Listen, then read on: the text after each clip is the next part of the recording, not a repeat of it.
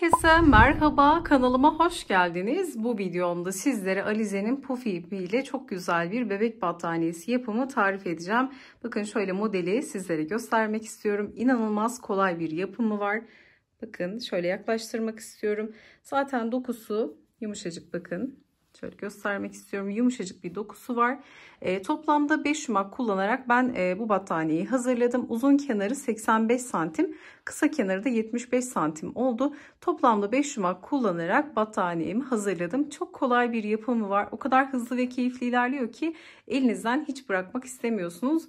Gerçekten çok güzel bir yapımı var. Örgü bilmeyenler dahi bu modeli çok rahatlıkla eminim ki yapabilir. Dediğim gibi bütün detayları video içerisinde sizlerle adım adım paylaşmaya çalıştım. Umarım faydalı bir içerik olur. Tarifimize geçmeden önce sizlerden küçük de bir ricada bulunmak istiyorum. Kanalımıza ücretsiz abone olabilir, videoyu beğenir ve yorumlarınızı eksik etmezseniz gerçekten çok mutlu olurum. Tarifimize geçelim. Battaniyem için Alize'nin Puffy ipliğini kullandım. Bakın uzun ip üzerinde hazır ilmekler var. Bu ilmekler sayesinde tığ ve şiş kullanmadan çalışmamızı çok rahatlıkla hazırlamış olacağız. Burada battaniyem için toplamda 5 yumak kullandım. Battaniyemin uzun kenarı 85, kısa kenarı 75 santim ölçüsünde oldu. Model 2'nin katlarından oluşuyor. 2'nin katları ne demek? 2 artı 2 artı şeklinde, yani çift sayı ile başlamanız gerekiyor modele. Ve toplamda 5 yumak kullandım dediğim gibi ve bu battaniyem için de 44 ilmekle başlangıç yaptım. Başlangıcı direkt ilmekler üzerine değil de zincir çektikten sonra modelimi hazırladım. Sizlere de zincirle başlamanızı tavsiye ederim. Zincirle başladığınız zaman bu başlangıç zayıf olmuyor. Güzel bir doku elde etmiş oluyoruz. Şimdi burada sizlere küçük bir örnek tarif edeceğim. Dediğim gibi burada 44 ilmekle başladım ama sizler isterseniz 46, 48, 50, 54 ilmekle de başlayabilirsiniz. Yapacağınız boyuta göre kendiniz ayarlama yapabilirsiniz. Şimdi burada küçük bir örnek tarif ediyor olacağım. Şimdi bakın 2-2 sayacağım. Çift sayıyla ilmeklerimizi hazırlayacağız ama dediğim gibi isterseniz böyle direkt ilmekleri sayıp modeli direkt kurabilirsiniz ya da benim gibi zincir çekerek zincir üzerine de kurabilirsiniz. Zincir çekerseniz eğer doku bakın şöyle daha güzel oluyor. Burada zayıf bir görüntü olmamış oluyor. Şimdi başlangıçta böyle uzun ipiniz yoksa, örneğin direkt şöyle ilmekle başladıysanız eğer, ilk ilmeğin dibinden ipinizi kestiğiniz zaman şu uzun ilmeği elde etmiş olursunuz. Şimdi burada bakın bu birinci ilmeğim ve ikinci ilmeğim. İkinci ilmeği tutuyorum. Birinci ilmeğin içerisinden geçirerek ilk zincirimi hazırlıyorum. Bakın ilk zincir, birinci zincir. Bir diğer ilmeği tutuyorum. Şimdi bu bir oldu. Bu da ikinci ilmek oldu. İkinci ilmeği birinci ilmeğin içerisinden geçiriyorum. Şimdi bu birinci ilmek oldu. Sıradaki ilmeği buradaki ilmeğin içerisinden geçirerek bakın zincirlerimi oluşturmuş oluyorum. Bu aşamada eğer çok hızlı ördüğümü düşünüyorsanız videoyu yavaşlatabilir ya da tam tersi hızlandırarak da seyredebilirsiniz. Bakın zincirlerimiz bu şekilde oluşuyor. Zincirlerin şöyle kanatlarını saydığınız zaman 1, 2, 3, 4, 5 bu şekilde sayıyoruz. Şimdi 6. zinciri çekelim. 6, 7 ve 8.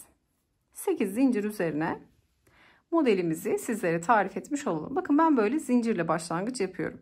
1, 2, 3, 4, 5, 6, 7, 8 tane zincir çektim. 8. zincirin içerisinden hazır ilmek çıkıyor bakın. Şimdi 7. zincirin ilmeğine batıyorum. Bakın şöyle 7. zincirin içerisine batıyorum. Yumaktan gelen ilmeği bakın arkadan öne doğru zincirin içerisinden çıkartıyorum. Bu şekilde her bir zincirin içerisinden bir tane ilmek çıkartıp bırakacağız. Bu çıkarmış olduğumuz ilmekler dediğim gibi 2'nin katları, yani çift sayılı olmalı. Mutlaka bakın yumaktan gelen ilmeği şurada bir tane bırakıp bir diğerini alırsanız burada artırma yapmış olursunuz. Buradan fazladan bir ilmek olur. Mutlaka buna dikkat ederek yumaktan gelen ilmek burada bakın. Yumaktan gelen sıradaki ilmeği alıyorum ve sıradaki zincirin içerisine bakın şuradaki böyle tek kanatlarına batıyorum.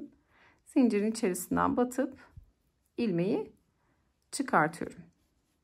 Bakın. Dediğim gibi direkt ilmeklerin üzerine de modeli kurabilirsiniz ama böyle zincirin üzerine kurduğunuz zaman başlangıç daha güzel ve sağlam oluyor. Uzun ömürlü kullanımlar için de bence zincirle başlangıç daha güzel kullanışı olacaktır diye düşünüyorum. Şimdi her bir ilmeği bakın zincirin içerisinden çıkarttık. Son zincirin içerisinden de yumaktan gelen ilmeğimi çıkarıyorum ve toplamda şimdi ilmekleri saydığımda 8 tane ilmeğim olacak. 2, 4, 6, 8. Ben battaniyem için dediğim gibi 44 ilmekle başlamıştım. Şimdi bakın ipimiz burada. Hiçbir şekilde örgüyü çevirmiyoruz. Yumaktan gelen ilmeğimiz sol tarafta. Soldan sağa doğru gideceğiz. Sağdan da sola doğru gideceğiz. Hep bu şekilde düz örmeye devam edeceğiz. Şimdi ilmekleri çıkardık. 8. ilmeği de çıkardıktan sonra yumaktan gelen ilmeği önce bir tanesini tek geçiriyorum. Sonra bakın sıradaki 2 ilmeği, birinci ilmek, ikinci ilmek. Şimdi bu modelde her sırayı, yani tek sıradan oluşuyor. Sürekli aynı şeyi tekrar ederek bakın hep aynı yöne bu eğik başakları elde etmiş oluyoruz. Şimdi birinci ilmek, ikinci ilmek. Şimdi birinci ilmeği sağ tarafa doğru üst kısımda kalacak şekilde çaprazlıyorum. Bu şekilde çaprazladım. Yumaktan gelen ilmeği bakın bu ilmeğin içerisinden geçiriyorum. Diğerinde sıradaki yumaktan gelen ilmeği geçiriyorum. Bakın çaprazladık. Şimdi diğer 2 ilmeği de aynı yöne çaprazlıyorum. Bakın işlem sürekli aynı. Birinci ilmek, ikinci ilmek çaprazladım. Soldaki ilmek sağda üst kısımda kalacak şekilde. Şimdi ikinci ilmek birinci ilmek oldu. Yumaktan gelen ilmeği alıyorum ve bu ilmeğin içerisinden geçiriyorum. Arkadan öne doğru. Hep aynı işlemi yapacağız. Tekrar bakın çaprazlıyorum. Hep aynı yöne ve sırasıyla ilmekleri, yumaktaki ilmekleri içlerinden geçiriyorum. Çok çok kolay. Bu modeli çocuklarla dahi yapabilirsiniz. Şimdi bakın burada son bir tane ilmeğimiz kaldı. Yumaktan gelen ilmeği bu son bir ilmeğin içerisinden arkadan öne doğru geçiriyorum. Bakın bu tarafta bir ilmeğimiz vardı. Burada da yine bir ilmek kaldı ve tek şekilde örerek devam ettik. Şimdi bu sırada bu ilmekleri bırakmayacağız. Sadece bir sırada bunu yapıyoruz. Diğer sırada yapmıyoruz. Şimdi bakın şu başak şeklinde görünen nokta hep aynı yöne devam edeceği için şimdi burada ilmeği tek örmüyoruz. Bakın sadece soldan sağa doğru giderken ilmekleri bir tane bırakacağız. Sağdan sola giderken burada bir ilmek bırakmayacağız. Bu önemli. Bakın ne yapıyorum? Burada şu birinci ilmek, ikinci ilmek, ikinci ilmeği sağa doğru çaprazlıyorum. İkinci ilmeğim birinci ilmek oldu. Yumaktan gelen ilmeği içerisinden geçirdim. Hemen bir diğerini geçiriyorum. Bakın çaprazlamış olduk. Hemen diğer 2 ilmeği de bakın şu ilk çaprazladığımız yön hep aynı şekilde devam edecek. Bunu her defasında bakın böyle sağ tarafa doğru tutacağız. Şimdi bunu sıradaki 2 ilmeği tekrar aynı yöne çaprazlıyorum bakın. Yönüm hiç değişmiyor. Model dediğim gibi sadece tek sıra aslında. Ama burada bir tek ilmek bıraktığımız sıra var. Bir de bırakmadığımız sıra var. Tek püf nokta bu. Bunun dışında hep aynı sıra kendini tekrar ediyor. Bakın sıradaki 2 ilmek. Hemen bunu da aynı yöne şöyle çaprazlıyorum. Bakın yumaktan gelen ilmeği alıyorum. Eğer şu ördüğüm ilmeği bunun içerisinden geçirirsem ilmek eksiltmiş olurum. Sayınız, ilmek sayınız eşit olmaz bu defa. Modeliniz bozulur. Buna dikkat etmekte fayda var. Bakın ördüğüm ilmeği değil sıradaki yumaktan gelen ilmeği alıyorum.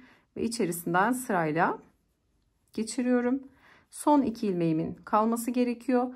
Bunu da yine hep aynı yöne bakın çaprazlayarak soldaki sağ üst kısımda kalacak şekilde soldakini sağ alarak bu şekilde çaprazlamış oluyorum. Bakın son ilmeği de ördüm. Şimdi bu sıra bu şekilde bitti. Şimdi ilk sıraya döneceğiz. İlk sırada birinci ilmeği tek örüyorduk. Şimdi bu işlemi tekrar edeceğiz ki ikinci sıraya geçtiğimizde bakın şu görüntüyü elde etmiş olalım. Sadece püf noktası bu modelin bu. Şimdi 2 ilmeği ördük. Bu sırada bir tane ilmek öreceğiz. Hemen birinci ilmeği tutuyorum ve yumaktan gelen ilmeği içerisinden geçiriyorum. İlk ilmeği tek ördükten sonra birinci ve ikinci ilmeği bakın tekrar aynı yöne çaprazlıyorum. Ve sırasıyla ilmekleri içerisinden geçiriyorum. Bakın hep aynı yöne takip ediyoruz. Sonra diğer 2 ilmeği de bakın aynı yöne çaprazlıyorum. Sonra sırasıyla ilmekleri içerisinden geçiriyorum. Bakın model ortaya çıktı. Görüyorsunuz. Hemen sıradaki 2 ilmeği hep aynı yöne çaprazlıyorum. Ve sonda bir tane ilmek kalacak. Sondaki bir ilmeği tek şekilde örüyorum. Bakın bir ilmeği bir tane örmüş oldum. Şimdi bu bir ilmekleri ördükten sonra ne yapıyorum? Baştaki birinci ve ikinci ilmeği direkt çaprazlıyorum. Tek örmüyorum. Bakın sadece bir sıra bir ilmek bırakıyorum. Diğer sıra bırakmıyorum. Bir sıra bırakıyorum. Bir sıra bırakmıyorum. Hep bu şekilde sıra ve aynı yöne çaprazlıyorum. Bakın şu başak şeklinde ilerleyen, eğik ilerleyen noktada hep bu yöne tutuyorum. Bakın bu şekilde hemen çaprazladım ve ilk ilmekleri bu şekilde örerek devam ediyorum. Hemen çaprazlıyorum. Ve şöyle bakın model iyice ortaya çıkmış oluyor. Hemen sıradaki ilmekleri tekrar aynı yöne çaprazlıyorum.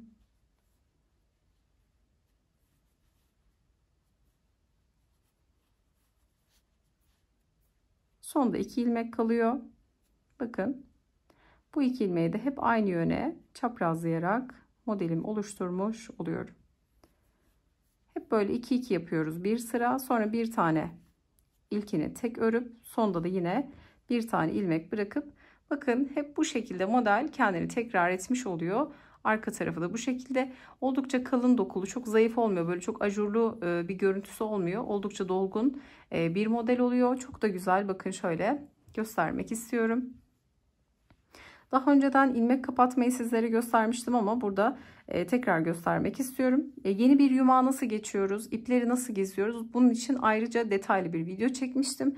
O videonun tarifinin linkini de aşağı açıklama kısmına ekleyeceğim. Yeni bir yumağa nasıl bağlarız, ipleri, örneğin şu ipi nasıl gizleriz, bunu da dediğim gibi detaylı olarak sizlerle paylaşmıştım. Tarifin linkini aşağı açıklama kısmına ekleyeceğim. Şimdi bitirdiğimiz yumak buradaysa demek ki buradan ilmek kapatmaya başlayacağız. Bu şekilde ben 5 yumak kullanarak 44 ilmekle başlayarak battaniyemi büyütmüş oldum. Sonra bakın ipim buradaysa, yumaktan gelen ipim, buna hiç dokunmuyorum. Bu taraftan başlayarak birinci ilmek, ikinci ilmek, ikinci ilmeği birinci ilmeğin içerisinden geçirerek kapatıyorum. İkinci ilmeği birinci ilmeğin içerisinden geçirerek, yani zincir çekiyorum. Başlangıçtaki yaptığım işlemin bakın birebir aynısını da burada tekrar etmiş oluyorum. Her bir ilmeği birbirinin içerisinden geçirerek son ilmeği de aynı şekilde geçiriyoruz. Sonra buradan ipimizi kesip arka tarafta ipi gizleyerek dikiş yaparak bitirmiş oluyoruz. Gerçekten çok güzel bir örnek, çok kolay bir örnek. Hep aynı yöne bakın. Eğik çizgi şeklinde modeli tekrar ediyoruz. Sadece bir sırada bir ilmek bırakıyoruz. Diğer sırada bırakmayarak bu şekilde modelimizi tamamlamış oluyoruz. Tarifimiz de bu şekildeydi. Umarım sizler de beğenir ve denersiniz. Yapacak olanlara şimdiden kolaylıklar diliyorum. Videomuzu beğenmeyi, yorum bırakmayı, kanalımıza abone olmayı unutmayın. Bir sonraki videoda görüşünceye dek hoşça kalın.